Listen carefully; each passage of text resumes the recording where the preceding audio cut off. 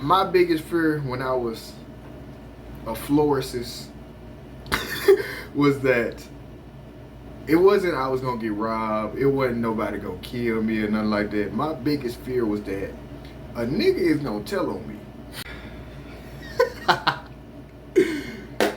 What's poppin' with y'all, man?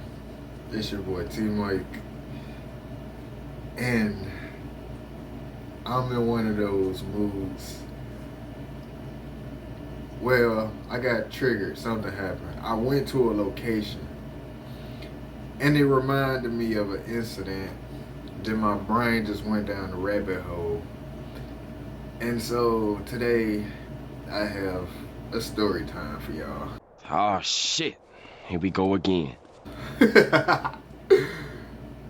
Alright, so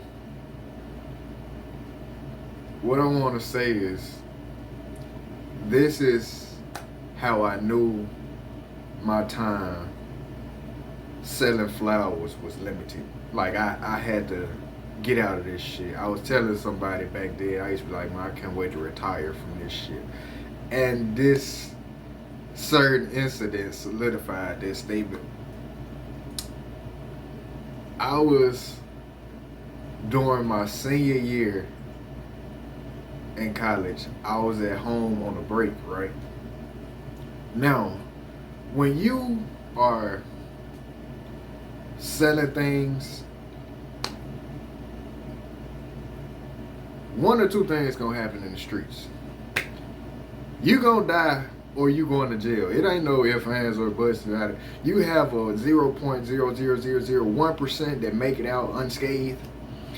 But if you do this as a career path for the rest of your life, this is what you're doing. That shit is gonna happen. It's guaranteed. And you can go to jail, not even from your own fault. That's the biggest, like, my biggest fear when I was a florist was that it wasn't I was gonna get robbed. It wasn't nobody gonna kill me or nothing like that. My biggest fear was that a nigga is gonna tell on me. It ain't nothing I can do to a nigga. If a nigga tell on me, what can I do? That means if anything happens to this person, they know who did it. It was like, yeah, I was like, nah. So, as I was saying with this incident, it's like you can't control how things go in this game, no matter how much of a control freak you are and how cautious you move. So, I was in Memphis on a winter break, and I got a phone call from somebody. The phone call that I got was from a long time family friend. Like, this nigga had been around my family before I was born type shit. Cause he used to date my auntie and all that shit. So, we just gonna call him Uncle Marvin. That's his name, Uncle Marvin. So, Uncle Marvin and my auntie had broke up when I was like 10. This nigga stayed around the family until basically I went to college type shit. So this nigga just, I'm talking about like active family member damn near every day type shit, like immediate family member. And it's like, ain't got no kids in the mix, none of that shit. So, listen. Uncle Marvin called me. He like, what up, boy? What's this going on? Woo to woo, woo to woo type shit. I'm like, shit, what it is type shit. I'm chilling. I'm in a brand new truck, this and that. I just came back. He like, yeah, I heard some things about you. I'm like, oh shit, what that mean? He's like, yeah, I heard you got some shit. I'm like, you want some flowers? He like, nah, I don't want no flowers. He want the Eddies. The Eddies had been, I told you, the Eddies was like cracking the 80s for me. Once I had the Eddies, the game was changed. So he like, yeah, another family member had told him about the shit. Woo had told him where he can get them from me and shit. He like, you got something on you, man? I'm at this barber shop up here, man. I got plenty of people trying to get something from you. I was like, for real? About how much you need?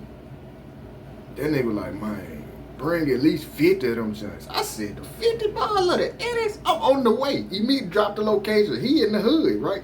So, I ain't never been to this barber shop. It's some new shit that even popped up with, you know, gentrification shit, right? So I ain't never been, so I'm turned. He like, man, I already got him lined up, man. You just gotta break him. I'm like, shit, I'm on the way. I pull up quick for to get these motherfuckers out. I'm like, all right. I called the nigga. I'm like, I'm outside. The barber shop is in like a small ass shopping center, like 3-4 stores. He come outside, he hop in the truck with me.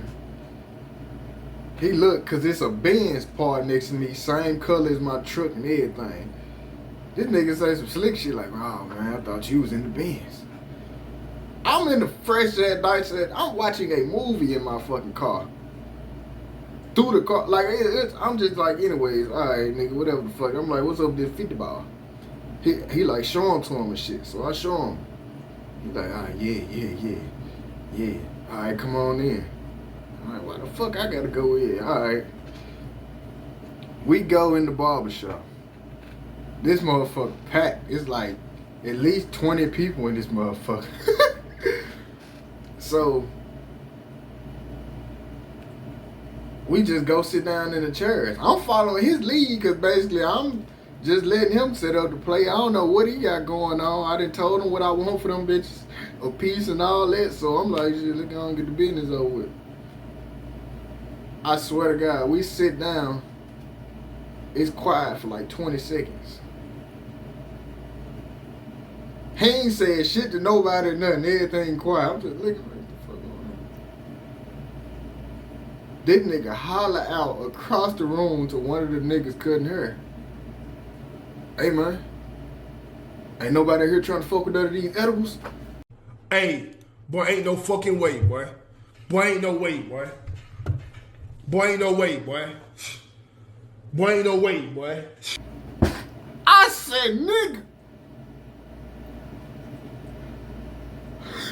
I went in shock for a second, like, I know he can't be fucking for real right now. He just hollered this shit out in a room full of 20 strangers. I don't move like this, nigga. We ain't selling no motherfucking Girl Scout cookies, nigga. These is drugs. I said, nigga, what the? He like, yeah, y'all like fucking with these edibles and shit. Everybody like, no, we ain't, nah. It's like everybody is threw off by his approach. Remember this nigga Carter told me he got this shit already lined up and all this shit. I just grabbed the bag. I just walk out. Like, I literally just walk out of shit. So he walk out behind me. I ain't even turned around looking at him. I don't have nothing to say to him there at this point. Like, he just blew my whole mind. Like, this was not what the fuck we talked about on the phone, nigga. You were here fucking panhandling my motherfucking shit. I could... Bro, any of these niggas could be the Fed. Any of this shit could have just went left. Like, you see how easy that shit just could have went off? The only reason I even pulled up was because I knew you damn near my whole life, basically. And you, shit, nigga, you 20, 30 years older than me. Nigga, how the fuck do I know this ain't how this shit go? And they tell me you used to be in the street. All this, I said, man, this bullshit. So I get in the truck. He get in the passenger seat with me. He like, yeah, man, shit, let me just get 3 of them joints. You see how the fuck we went from he got 50 of them lined up for me to he just want 3 of them. I'm just like, all right, man. So I count 3 off. I hand them to him and shit. He like, shit, you gonna let me get these joints for free? You know, it's Christmas time and this and this shit.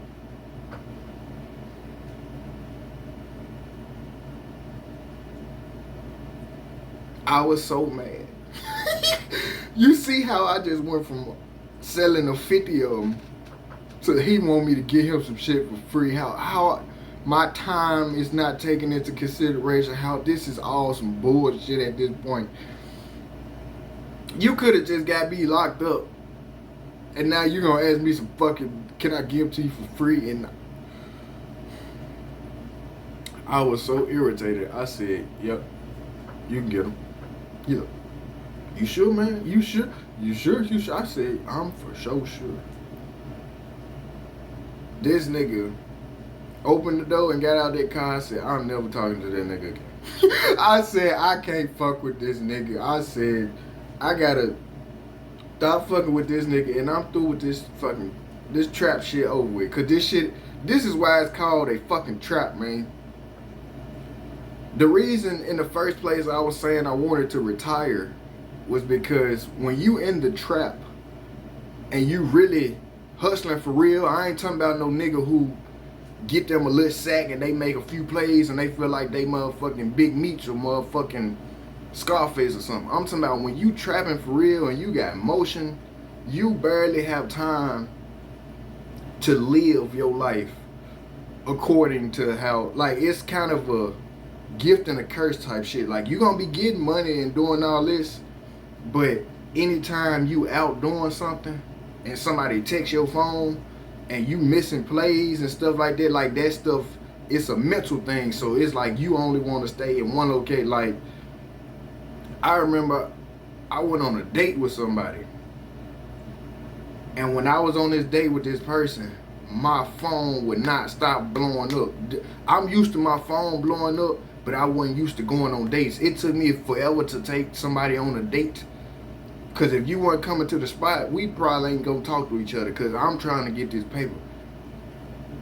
I took this girl on a date. When I tell you I missed so much money within 1 hour, I said I ain't taking no more hoes on.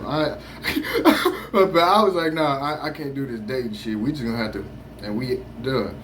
But as I was saying, the trap, bro, that's why I was like, I want to retire from this shit, because I had, you know what I said, met somebody who I was living life with. I'm like, man, this shit gotta be over with. I'm finna getting ready to get up, done with school and shit. This ain't no purpose. I ain't trying to do this for no career. I'm just doing this shit to get to where I need to go right now, man. So that shit happened, right? Fast forward, this person had been reaching out to me, the dude, Uncle Marvin and shit. I don't want to talk to that nigga. I ignore that nigga. So the family member that told him that I was a florist selling flowers, this nigga sell flowers too. So one day he called me. He like, hey, Uncle Marvin around at grandma's house. He trying to get served. I'm like, I'm not fucking serving him. And then I told the person the situation that happened, and they laughed at the shit. They're like, oh hell no. I said, exactly, nigga. So you go serve him. Why the fuck you tell me to go serve me? You got flowers too, nigga. What's up with see? Nah, hell no. Y'all on some funny bunny shit. I ain't with that. So this nigga, Uncle Marvin, blowing my phone up like he my baby mama or some shit. I'm talking about this nigga called me like 20 times in a row. I said, man, these is flowers. This ain't crack. This nigga, like, this some crackhead shit. He all now, after you pull that bullshit, your ice is, I ain't got no leeway for you. I don't know what type of shit you on, dog. So, remember I said that my family member told me that Uncle Marvin over my grandma's house, he trying to get straight, woo-doo. I'm like, all right, cool. So, at this point in time, I had a dog, but I kept my dog over my grandma's house. R.I.P. my nigga Toby, man. So, I used to go feed my dog every day type shit when I was in Memphis.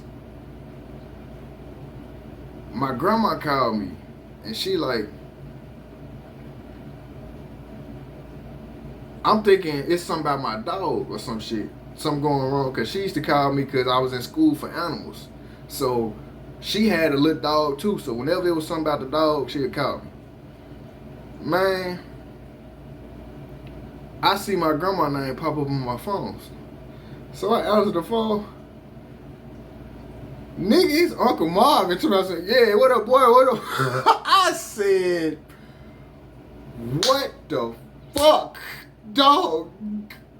I ignored him calling me 20 times. This nigga got my grandma to call my phone about some fucking flowers.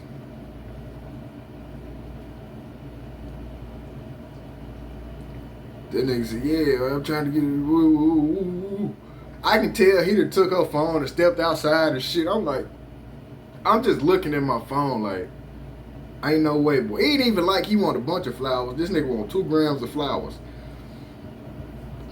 I'm like, man, all right, man. You got to at least want a zip or something, nigga. But I was just like, all right, man. I'm going to come through. I ain't never go over there.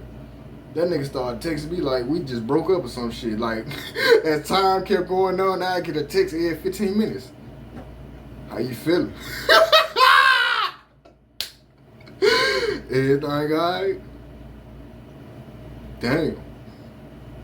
Appreciate you anyway, boss. I said, man, get the fuck. I blocked that nigga. I blocked that nigga. I couldn't deal with that shit no more.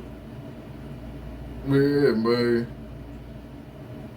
That was the story of Uncle Marvin, man, and the fucking Eddies, man. That's when I knew I had to get out the game, man. Like, time on my clock was ticking because of bullshit like that. Now, imagine one of them niggas was off duty or the police or some shit. He had an easy arrest.